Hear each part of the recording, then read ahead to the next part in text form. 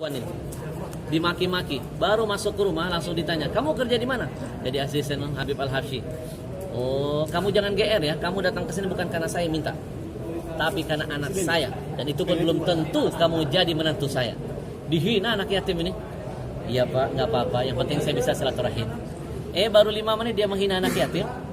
Handphone dia berdering, dia matikan itu, masuk handphone ke handphonenya.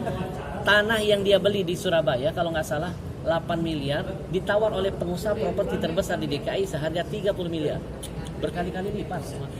Jadi ketiban rezeki, bergemetar tangannya. Hah, bener ini, kamu kerja sama Habib Al-Habsyi? Coba kamu telepon Habib, saya mau ngomong. Ya dia asisten saya, pasti dia bisa hubungi saya. Dia telepon, Beb, ada yang mau bicara. Nangis-nangis pengusaha itu, Beb, maaf saya udah kasar sama anak buah Habib, Beb. Anak ini bawa berkah, Beb. Saya bilang, gimana gak berkah? Pertama anak yatim, kedua anak berbakti sama orang tua. Bukti orang yang berbakti sama orang tua itu dekat dengan keberkahan. Masih ingat kisah Umar bin Khattab? Nabi nyuruh Umar. Umar itu statusnya sahabat loh. Disuruh Nabi minta doa kepada orang yang di bawah levelnya Umar, namanya tabi'in.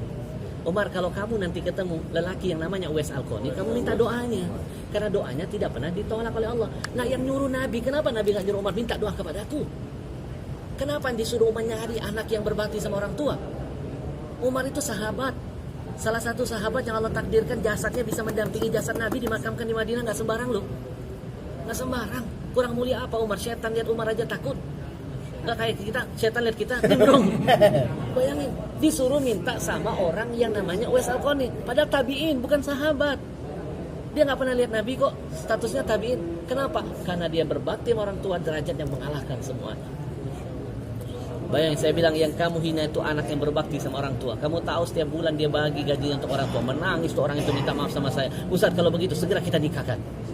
Kalau baru masuk saya udah terlibat berkah, apalagi kita nikahkan. Jadi singkat cerita, 1 minggu berikutnya dinikahkan dulu. Saya datang ke sana, kaget dijemput pakai mobil Alphard masih plastikan. Saya bilang, Farhan, dari mana mobilnya? Dari hadiah mertua. Hebat kamu, saya aja belum punya.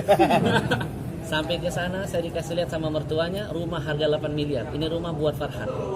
Hebat kamu ya, saya aja rumah saya belum kelar.